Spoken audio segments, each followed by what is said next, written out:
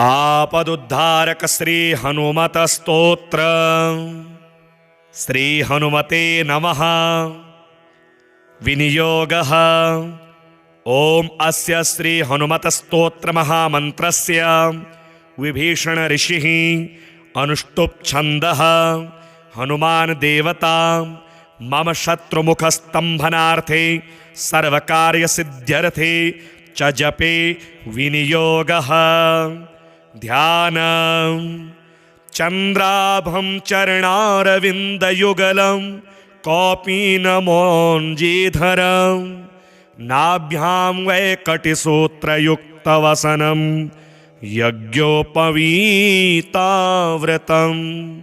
हस्ताभ्यामवलम्ब्य चाञ्चलिमथो हारावली कुण्डलं बिभ्रद्दीर्घशिखं प्रसन्नवदनं दिव्याञ्जनेयं भजे। ओम नमो हनुमते रुद्राय मम सर्वदुष्टजनमुखस्तंभनं कुरु कुरु मम सर्वकार्यसिद्धिं कुरु कुरु। ऐं ह्रां ह्रीं ह्रूं फट् स्वाहा। आपन्नाखिललोकार्ति हारिणे श्री हनुमते अकस्मादागतोत्पात नाशनाय नमोस्तुते। सीतावियुक्त श्रीराम शोक दुःख भयापह तापत्रयस्य संहारिन् नाञ्जनेय नमोस्तुते। आधिव्याधि महामारी ग्रहपीडापहारिणे प्राणापहंत्रे दैत्यानां राम प्राणात्मने नमः। संसार सागरावर्ता गत संभ्रांति चेतसां शरणागतमर्त्यानां शरण्याय नमोस्तुते। राजद्वारे विलद्वारे प्रवेशे भूतसंकुले गजसिंह महाव्याघ्र चोरभीषणकानने महाभयेऽग्निसंस्थाने शत्रुसंगसमाश्रिते शरणागतमर्त्यानां शरण्याय नमो नमः। प्रदोषे वा प्रभाते वा ये स्मरन्त्यञ्जनासुतम् अर्थसिद्धियशः कामान् प्राप्नुवन्ति न संशयः। कारागृहे प्रयाणे च संग्रामे देशविप्लवे ये स्मरन्ति हनुमन्तं तेषां सन्ति न आपदः। वज्रदेहाय कालाग्नि रुद्रायामित तेजसे नमः। प्लवगसैन्यानां प्राणभूतात्मने नमः। दुष्टदैत्यमहादर्पं दलनाय महात्मने ब्रह्मास्त्रस्तंभनायास्मै नमः श्रीरुद्रमूर्तये। जप्त्वा स्तोत्रमिदं पुण्यं वसुवारं पठेन्नरः राजस्थाने सभास्थाने वादे प्राप्ते जपे ध्रुवं विभीषणकृतं स्तोत्रं यः पठेत् प्रयतो नरः सर्वापद्भ्यो विमुच्येत नात्र कार्या विचारणा। श्री हनुमते नमः। विनियोगः। ओम अस्य श्री हनुमत स्तोत्र महामंत्रस्य विभीषण ऋषिः अनुष्टुप् छन्दः हनुमान देवता मम शत्रुमुखस्तंभनार्थे सर्वकार्य सिद्ध्यर्थे च जपे विनियोगः। ध्यानम्। चन्द्राभं चरणारविन्दयुगलं कौपीनमौञ्जीधरं नाभ्यां वैकटिसूत्रयुक्तवसनं यज्ञोपवीताव्रतं हस्ताभ्यामवलम्ब्य चाञ्चलिमथो हारावली कुण्डलं बिभ्रद्दीर्घशिखं प्रसन्नवदनं दिव्याञ्जनेयं भजे। ओम नमो हनुमते रुद्राय मम सर्वदुष्टजनमुखस्तंभनं कुरु कुरु मम सर्वकार्यसिद्धिं कुरु कुरु। ऐं ह्रां ह्रीं ह्रूं फट् स्वाहा। आपन्नाखिललोकार्ति हारिणे श्रीहनुमते अकस्मादागतोत्पात नाशनाय नमोऽस्तु ते। सीतावियुक्त श्रीराम शोकदुःखभयापः तापत्रयस्य संहारिन् नाञ्जनेय नमोऽस्तु ते। आधिव्याधिमहामारी ग्रहपीडापहारिणे प्राणापहन्त्रे दैत्यानां रामप्राणात्मने नमः। संसारसागरावर्ता गतसम्भ्रान्तिचेतसां शरणागतमर्त्यानां शरण्याय नमोऽस्तु ते। राजद्वारे विलद्वारे प्रवेशे भूतसङ्कुले गजसिंहमहाव्याघ्र चोरभीषणकानने महाभयेऽग्निसंस्थाने शत्रुसङ्गसमाश्रिते शरणागतमर्त्यानां शरण्याय नमो नमः। प्रदोषे वा प्रभाते वा ये स्मरन्त्यञ्जनासुतम् अर्थसिद्धियशः कामान् प्राप्नुवन्ति न संशयः।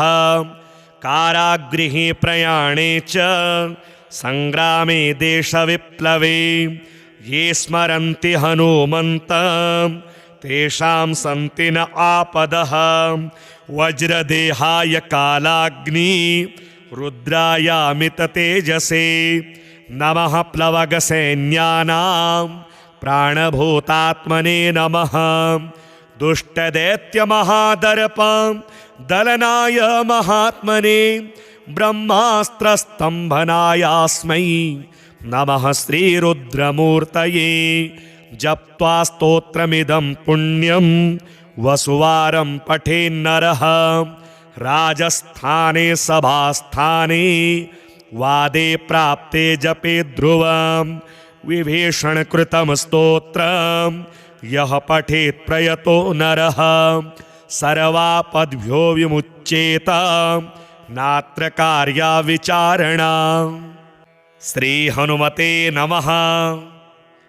विनियोगः।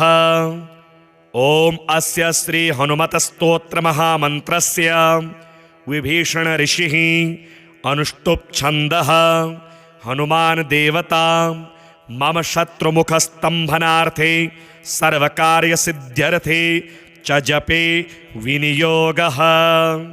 ध्यानम्। चन्द्राभं चरणारविन्दयुगलं कौपीनमोञ्जीधरं नाभ्यां वैकटिसूत्रयुक्तवसनं यज्ञोपवीताव्रतं हस्ताभ्यामवलम्ब्य चाञ्चलिमथो हारावली कुण्डलं बिभ्रद्दीर्घशिखं प्रसन्नवदनं दिव्याञ्जनेयं भजे। ओम नमो हनुमते रुद्राय मम सर्वदुष्टजनमुखस्तम्भनं कुरु कुरु मम सर्वकार्यसिद्धिं कुरु कुरु। ऐं ह्रां ह्रीं ह्रूं फट् स्वाहा।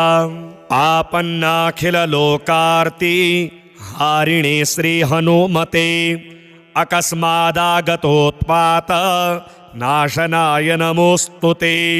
सीतावियुक्त श्रीराम शोकदुःखभयापः तापत्रयस्य संहारिन् नाञ्जनेय नमोऽस्तु ते। आधिव्याधिमहामारी ग्रहपीडापहारिणे प्राणापहन्त्रे दैत्यानां रामप्राणात्मने नमः। संसारसागरावर्ता गतसम्भ्रान्तिचेतसां शरणागतमर्त्यानां शरण्याय नमोऽस्तु ते। राजद्वारे विलद्वारे प्रवेशे भूतसङ्कुले गजसिंहमहाव्याघ्र चोरभीषणकानने महाभयेऽग्निसंस्थाने शत्रुसङ्गसमाश्रिते शरणागतमर्त्यानां शरण्याय नमो नमः। प्रदोषे वा प्रभाते वा ये स्मरन्त्यञ्जनासुतम् अर्थसिद्धियशः कामान् प्राप्नुवन्ति न संशयः। कारागृहे प्रयाणे च संग्रामे देशविप्लवे ये स्मरन्ति हनुमन्तं तेषां सन्ति न आपदः। वज्रदेहाय कालाग्नि रुद्रायामिततेजसे नमः। प्लवगसैन्यानां प्राणभूतात्मने नमः। दुष्टदैत्यमहादर्पं दलनाय महात्मने ब्रह्मास्त्रस्तम्भनायास्मै नमः श्रीरुद्रमूर्तये। जप्त्वा स्तोत्रमिदं पुण्यं वसुवारं पठेन्नरः राजस्थाने सभास्थाने वादे प्राप्ते जपे ध्रुवं विभीषणकृतं स्तोत्रं यः पठेत् प्रयतो नरः सर्वापद्भ्यो विमुच्येत नात्र कार्या विचारणा। श्री हनुमते नमः। विनियोगः। ओम अस्य श्री हनुमत स्तोत्र महामन्त्रस्य विभीषण ऋषिः अनुष्टुप् छन्दः। हनुमान् देवता मम शत्रुमुखस्तम्भनार्थे सर्वकार्यसिद्ध्यर्थे च जपे विनियोगः। ध्यानं। चन्द्राभं चरणारविन्दयुगलं कौपीनमौञ्जीधरं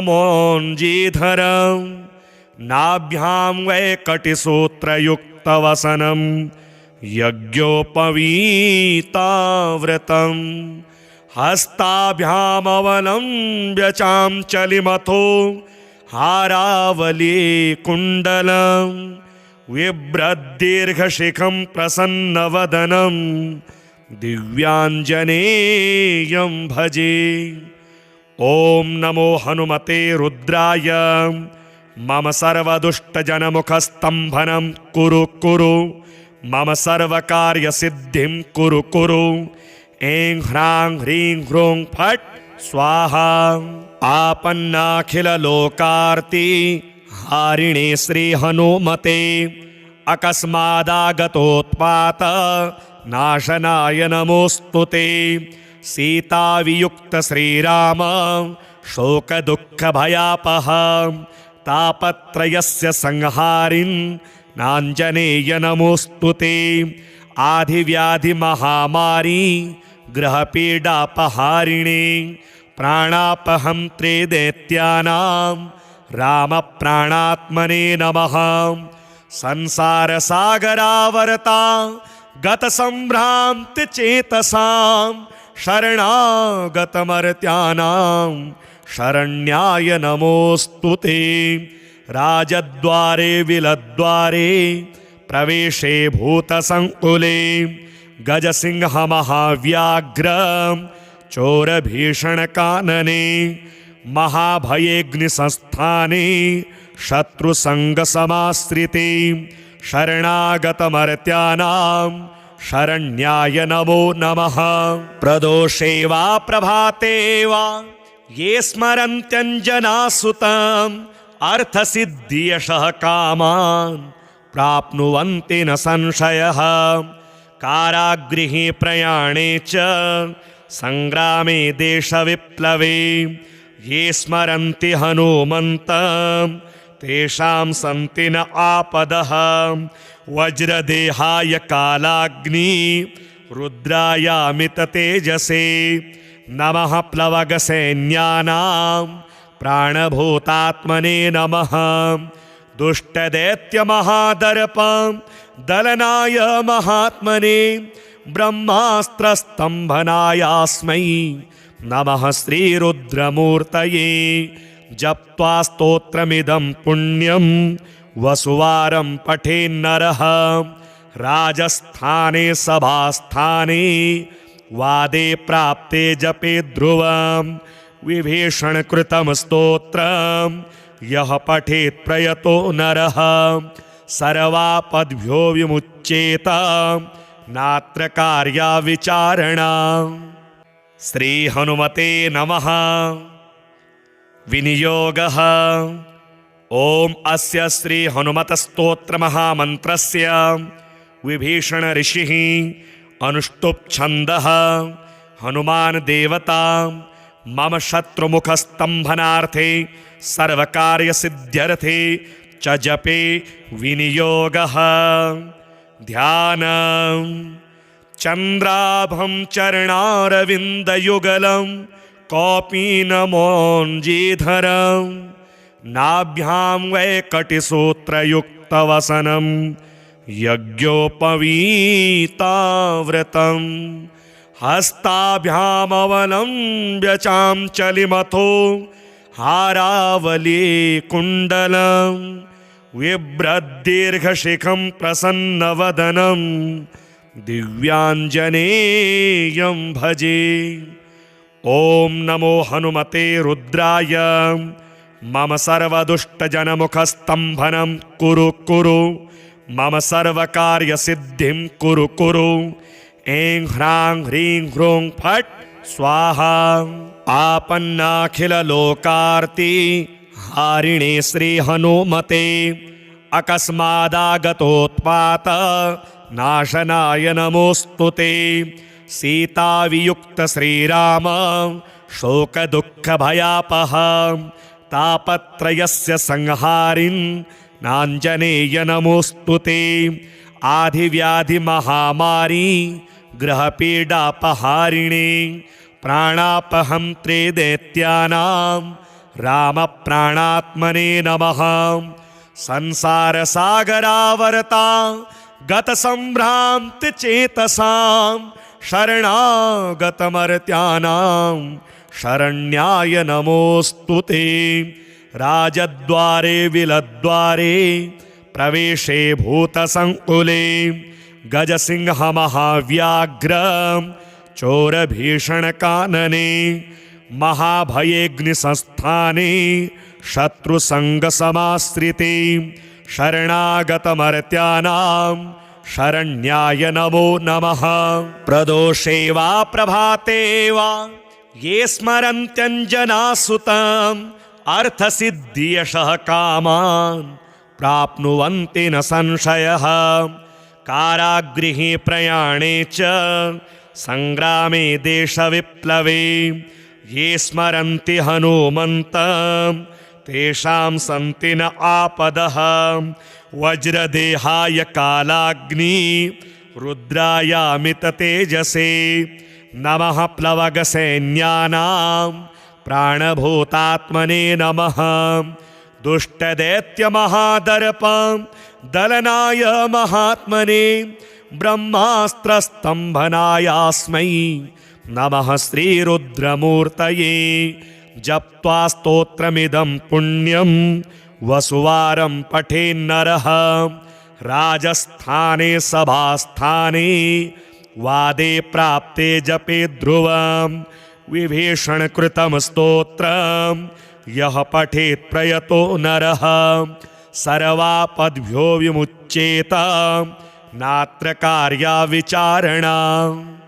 श्री हनुमते नमः। विनियोगः। ओम अस्य श्री हनुमत स्तोत्र महामंत्रस्य विभीषण ऋषिः अनुष्टुप छन्दः हनुमान देवता मम शत्रुमुखस्तंभनार्थे सर्वकार्य सिद्ध्यर्थे च जपे विनियोगः। ध्यानम्। चंद्राभं चरणारविन्दयुगलं कौपीनमोञ्जीधरं नाभ्यां वैकटिसूत्रयुक्तवसनं यज्ञोपवीताव्रतं हस्ताभ्यामवलम्ब्य चाञ्चलिमथो हारावली कुण्डलं बिभ्रद्दीर्घशिखं प्रसन्नवदनं दिव्याञ्जनेयं भजे। ओम नमो हनुमते रुद्राय मम सर्वदुष्टजनमुखस्तंभनं कुरु कुरु मम सर्वकार्यसिद्धिं कुरु कुरु। ऐं ह्रां ह्रीं ह्रूं फट् स्वाहा। आपन्नाखिललोकार्ति हारिणे श्रीहनुमते अकस्मादागतोत्पात नाशनाय नमोऽस्तु ते। सीतावियुक्त श्रीराम शोकदुःखभयापः तापत्रयस्य संहारिन् नाञ्जनेय नमोऽस्तु ते। आधिव्याधिमहामारी ग्रहपीडापहारिणे प्राणापहन्त्रे दैत्यानां रामप्राणात्मने नमः। संसारसागरावर्ता गतसम्भ्रान्तिचेतसां शरणागतमर्त्यानां शरण्याय नमोऽस्तु ते।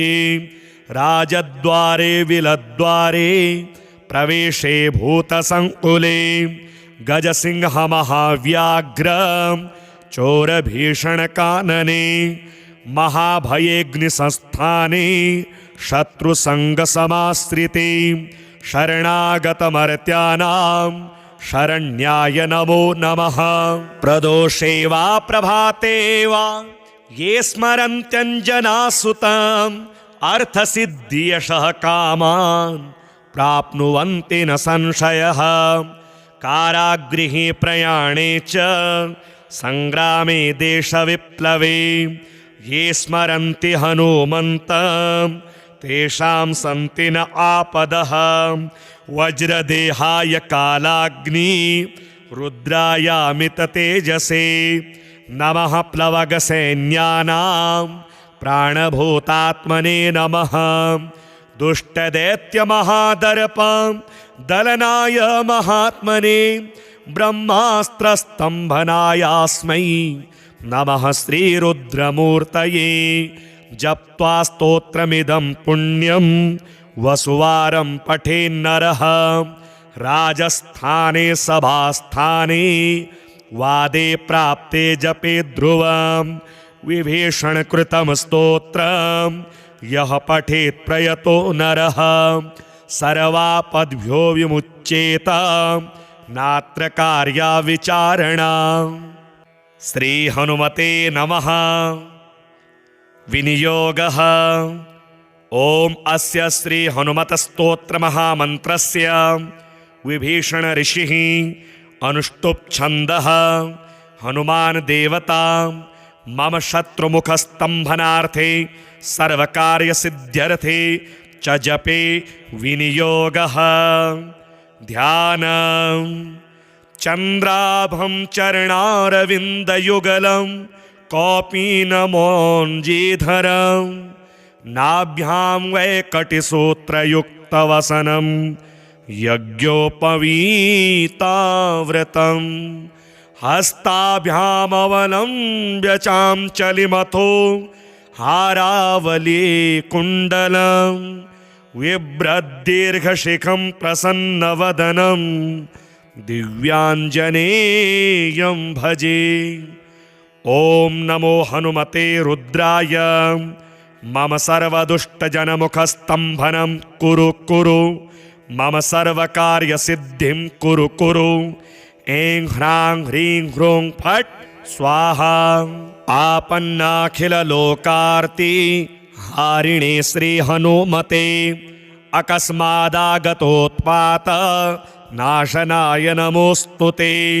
सीतावियुक्त श्रीराम शोकदुःखभयापः तापत्रयस्य संहारिन् नाञ्जनेय नमोऽस्तु ते। आधिव्याधिमहामारी ग्रहपीडापहारिणे प्राणापहन्त्रे दैत्यानां रामप्राणात्मने नमः। संसारसागरावर्ता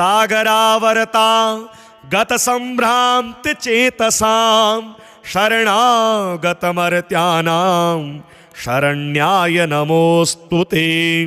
राजद्वारे विलद्वारे प्रवेशे भूतसङ्कुले गजसिंहमहाव्याघ्र चोरभीषणकानने महाभयेऽग्निसंस्थाने शत्रुसङ्गसमाश्रिते शरणागतमर्त्यानां शरण्याय नमो नमः।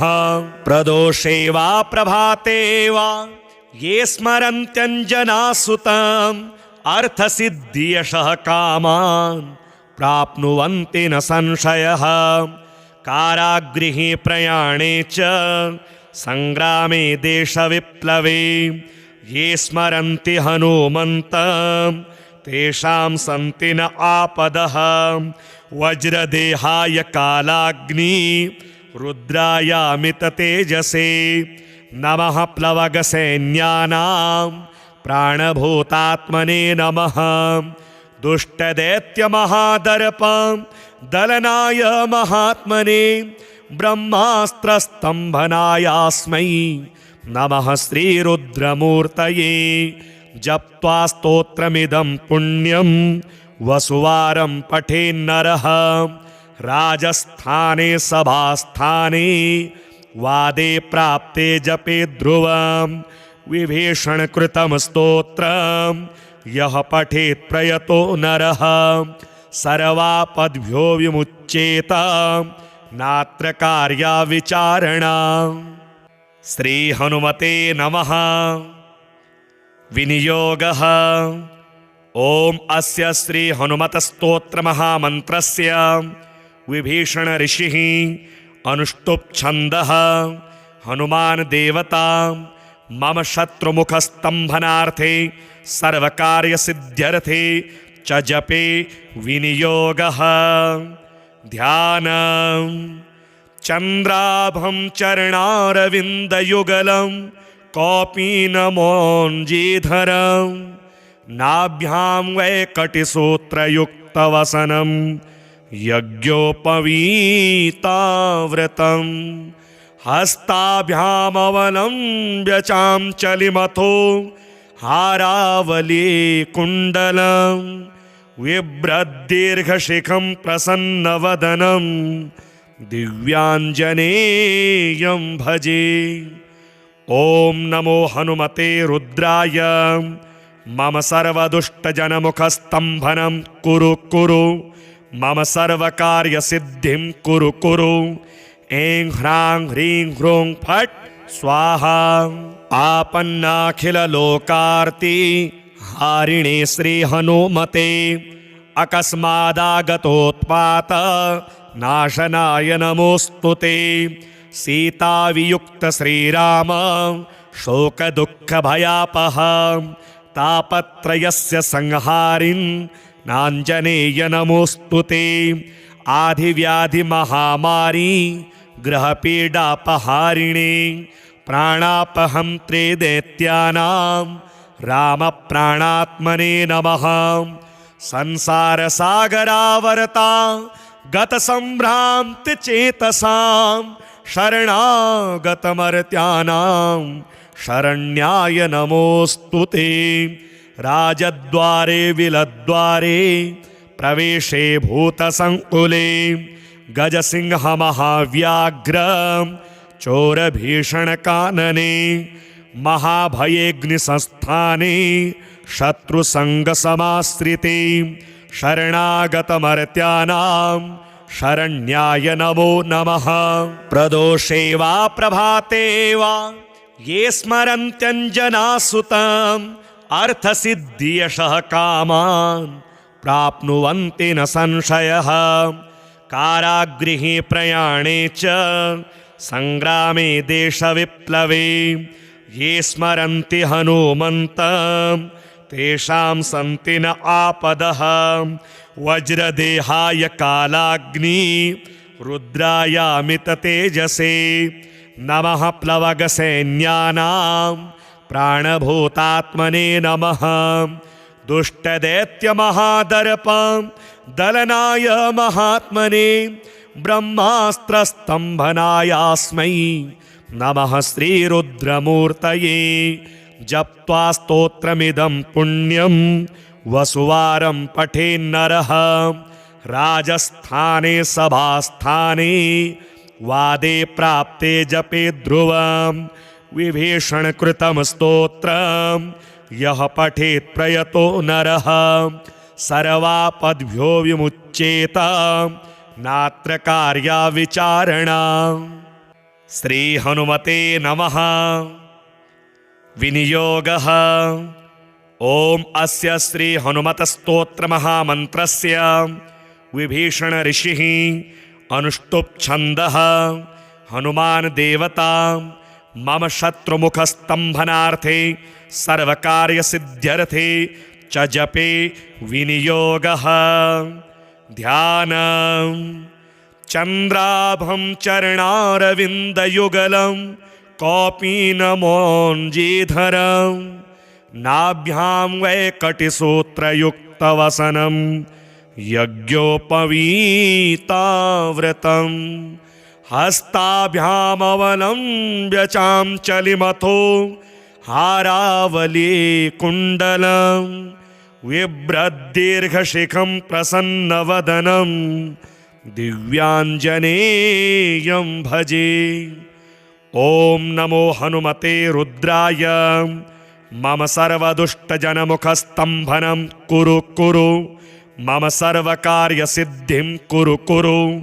ऐं ह्रां ह्रीं ह्रूं फट् स्वाहा। आपन्नाखिललोकार्ति हारिणे श्रीहनुमते अकस्मादागतोत्पात नाशनाय नमोस्तुते। सीतावियुक्त श्रीराम शोकदुःखभयापः तापत्रयस्य संहारिन् नाञ्जनेय नमोस्तुते।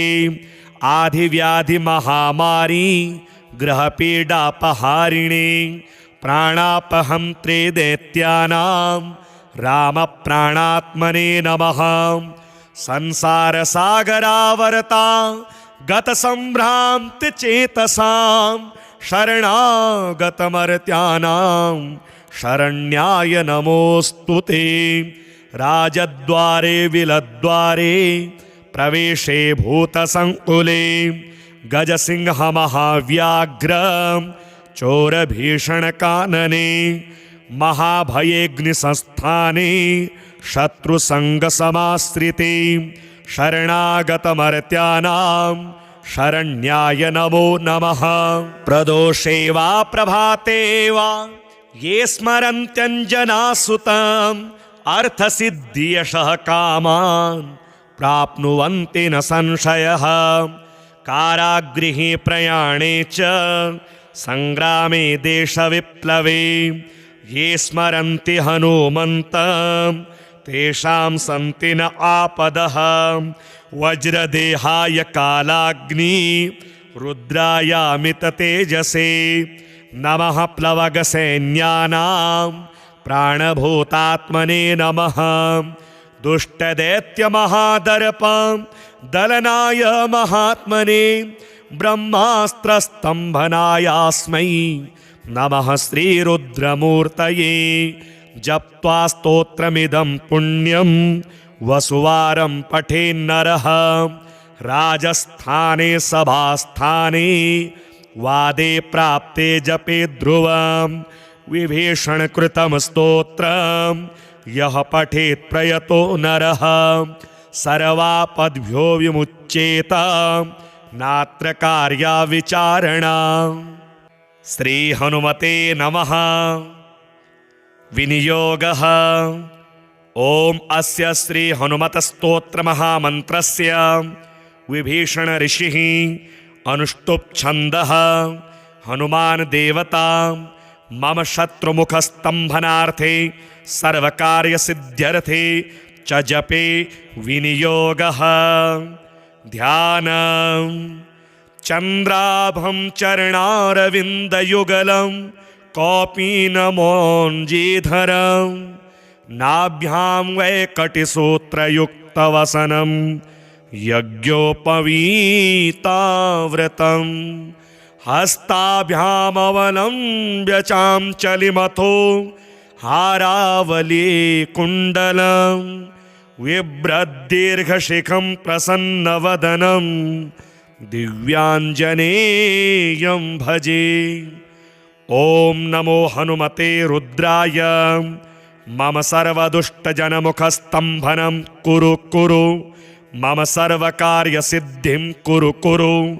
ऐं ह्रां ह्रीं ह्रूं फट् स्वाहा। आपन्नाखिललोकार्ति हारिणे श्रीहनुमते अकस्मादागतोत्पात नाशनाय नमोऽस्तु ते।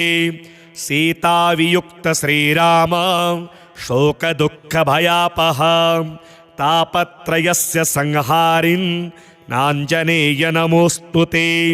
आधिव्याधिमहामारी ग्रहपीडापहारिणे प्राणापहन्त्रे दैत्यानां रामप्राणात्मने नमः।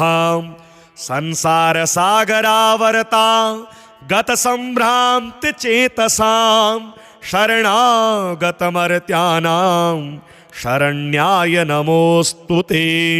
राजद्वारे विलद्वारे प्रवेशे भूतसङ्कुले गजसिंहमहाव्याघ्र चोरभीषणकानने महाभयेऽग्निसंस्थाने शत्रुसङ्गसमाश्रिते शरणागतमर्त्यानां शरण्याय नमो नमः। प्रदोषे वा प्रभाते वा ये स्मरन्त्यञ्जनासुतम् अर्थसिद्धियशः कामान् प्राप्नुवन्ति न संशयः। कारागृहे प्रयाणे च संग्रामे देशविप्लवे ये स्मरन्ति हनुमन्तं तेषां सन्ति न आपदः। वज्रदेहाय कालाग्नि रुद्रायामिततेजसे नमः। प्लवगसैन्यानां प्राणभूतात्मने नमः। दुष्टदैत्यमहादर्पं दलनाय महात्मने ब्रह्मास्त्रस्तम्भनायास्मै नमः श्रीरुद्रमूर्तये।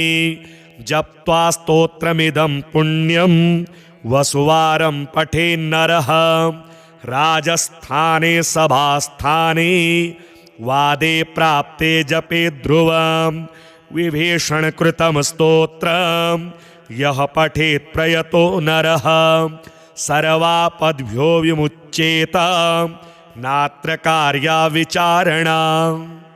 श्री हनुमते नमः। विनियोगः। ओम अस्य श्री हनुमत स्तोत्र महामन्त्रस्य विभीषण ऋषिः अनुष्टुप् छन्दः हनुमान देवता मम शत्रुमुखस्तम्भनार्थे सर्वकार्यसिद्ध्यर्थे च जपे विनियोगः। ध्यानं। चन्द्राभं चरणारविन्दयुगलं कौपीनमोञ्जीधरं नाभ्यां वैकटिसूत्रयुक्तवसनं यज्ञोपवीताव्रतं हस्ताभ्यामवलम्ब्य चाञ्चलिमथो हारावली कुण्डलं बिभ्रद्दीर्घशिखं प्रसन्नवदनं दिव्याञ्जनेयं भजे। ओम नमो हनुमते रुद्राय मम सर्वदुष्टजनमुखस्तम्भनं कुरु कुरु मम सर्वकार्यसिद्धिं कुरु कुरु। ऐं ह्रां ह्रीं ह्रूं फट् स्वाहा। आपन्नाखिललोकार्ति हारिणे श्रीहनुमते अकस्मादागतोत्पात नाशनाय नमोऽस्तु ते। सीतावियुक्त श्रीराम शोकदुःखभयापः तापत्रयस्य संहारिन् नाञ्जनेय नमोऽस्तु ते। आधिव्याधिमहामारी ग्रहपीडापहारिणे प्राणापहन्त्रे दैत्यानां रामप्राणात्मने नमः। संसारसागरावर्ता गतसम्भ्रान्तिचेतसां शरणागतमर्त्यानां शरण्याय नमोऽस्तु ते। राजद्वारे विलद्वारे प्रवेशे भूतसङ्कुले गजसिंहमहाव्याघ्र चोरभीषणकानने महाभयेऽग्निसंस्थाने शत्रुसङ्गसमाश्रिते शरणागतमर्त्यानां शरण्याय नमो नमः। प्रदोषे वा प्रभाते वा ये स्मरन्त्यञ्जनासुतम् अर्थसिद्धियशः कामान् प्राप्नुवन्ति न संशयः। कारागृहे प्रयाणे च संग्रामे देशविप्लवे ये स्मरन्ति हनुमन्तं तेषां सन्ति न आपदः। वज्रदेहाय कालाग्नि रुद्रायामित तेजसे नमः। प्लवगसैन्यानां प्राणभूतात्मने नमः। दुष्टदैत्यमहादर्पं दलनाय महात्मने ब्रह्मास्त्रस्तम्भनायास्मै नमः श्रीरुद्रमूर्तये। जप्त्वा स्तोत्रमिदं पुण्यं वसुवारं पठेन्नरः राजस्थाने सभास्थाने वादे प्राप्ते जपे ध्रुवं विभीषणकृतं स्तोत्रं यः पठेत् प्रयतो नरः सर्वापद्भ्यो विमुच्येत नात्र कार्या विचारणा।